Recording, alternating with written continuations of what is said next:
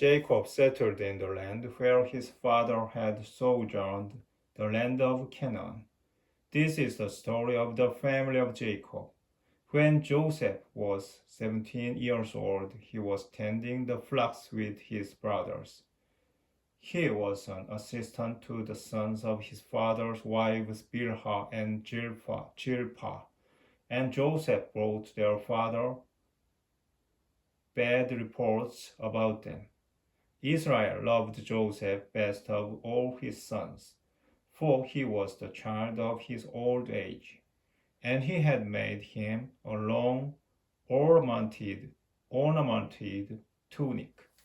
When his brothers saw that their father loved him best of all his brothers, they hated him so much that they could not say a kind word to him. Once Joseph had a dream, and when he told his brothers, they hated him even more. He said to them, "Listen to this dream I had. There we were, binding sheaves in the field, when suddenly my sheaf rose to an upright position, and your sheaves formed a ring around my sheaf and bowed down to it." His brothers said to him, "Are you really going to make yourself king over us? Will you rule over us?" So they hated him all the more because of his dreams and his reports. Then he had another dream and told it to his brothers. "Look, I had another dream," he said. "This time the sun and the moon and 11 stars were bowing down to me." When he told it to his father and his brothers, his father reproved him and asked, "What is the meaning of this dream of yours? Can it be that I and your mother and your brothers are to come and bow to the ground before you?" So his brothers were furious at him, but his father kept the matter in mind. One day, when his brothers had gone to pasture their father's flocks at Shechem, Israel said to Joseph, "Are your brothers not tending our flocks at Shechem? Come and I will send you to them." "I'm ready," Joseph answered. "Go then," he replied. "See if all is well with your brothers and the flocks, and bring back word." So he sent him off from the valley of Hebron. When Joseph reached Shechem, a man came upon him as he was wandering about in the fields. "What are you looking for?" the man asked him. "I'm looking for my brothers," he answered. "Please tell me where they are tending the flocks." The man told him, "They have moved on from here. In fact, I heard them say, 'Let us go on to Dothan.'" So Joseph went after his brothers and found them in Dothan. They saw him from a distance, and before he reached them, they plotted to kill him. They said to one another, "Here comes that dreamer. Come now, let us kill him and throw him into one of the cisterns here. We could say that the wild beast devoured him. We will see then what comes of his dreams." But when Reuben heard this, he tried to save him from their hands, saying, "We must not take his life." Then Reuben said, "Do not shed blood.